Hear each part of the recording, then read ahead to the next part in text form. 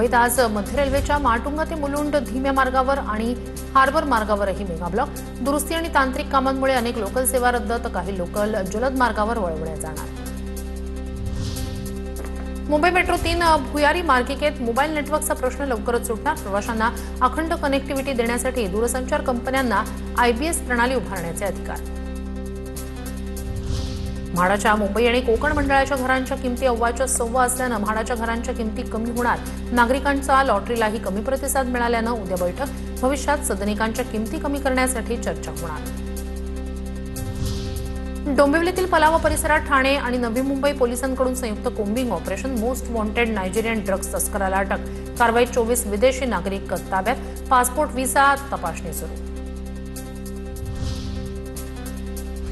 मुंबईत यावर्षी 100 ठिकाणी पाणी तुंबणार. पालिकेचा दावा. पाणी तुंबण्याचा धोका असलेल्या 497 ठिकाणांपैकी 403 ठिकाणी पाण्याच्या निचऱ्यासाठी उपाययोजना. दरम्यान तुंबणाऱ्या 103 नव्या ठिकाणांची भर. उल्हासनगरच्या कैलासनगर गोळीबार प्रकरणात मोठा खुलासा. मृतांच्या कुटुंबियांकडून पोलिसांवर गंभीर आरोप. खंडणीची तक्रार आधीच दिली होती, मात्र दुर्लक्ष झाल्याचा आरोप. CID किंवा CBI चौकशीची मागणी.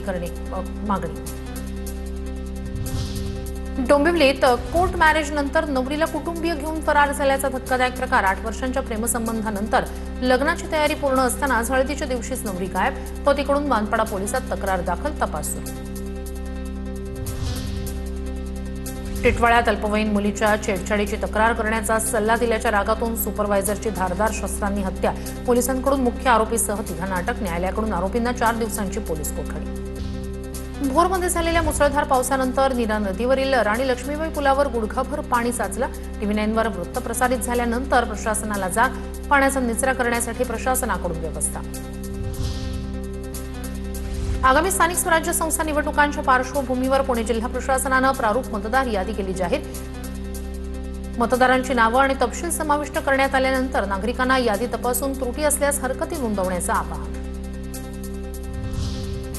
पिंपरी चिंचवडमध्ये जनगणनेला वेग. शिक्षक आणि कर्मचाऱ्यांकडून डिजिटल ॲपद्वारे माहिती संकलन सुरू. दिवसाला 50 घरांचं सर्वेक्षण. 14 जूनपूर्वी काम पूर्ण करण्याचं प्रशासनासमोर आव्हान. पुण्यातील हवेलीमध्ये शेतीच्या वादातून उभ्या उसाचं पीक जमीनदोस्त. शेतात काम करणाऱ्या महिलांना आरोपीनं शिवीगाळ करत मारहाण केली. 7 ते 8 आरोपींविरोधात पोलीस ठाण्यात गुन्हा दाखल. तोडफोडीमुळे शेतकऱ्यांचं लाखोचं नुकसान.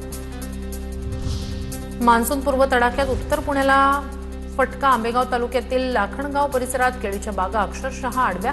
अवकाळी पाऊस आणि वादळी वाऱ्यानं थैमान घातल्यानं शेतीचं अतोनात नुकसान.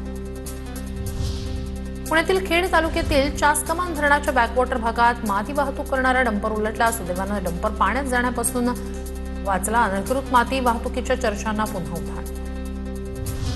मावळ तालुक्यातील तळेगाव इथल्या तुळजाभवानी मंदिरातील देवीचा 1 किलो चांदीचा मुकुट चोरीला.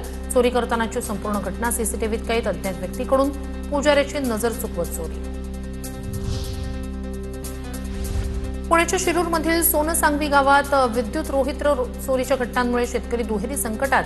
10 ते 12 रोहित्र चोरीला गेल्यानं शेतीपंप बंद पडले. पिकांना पाणी देता येत नसल्यानं मोठं नुकसान.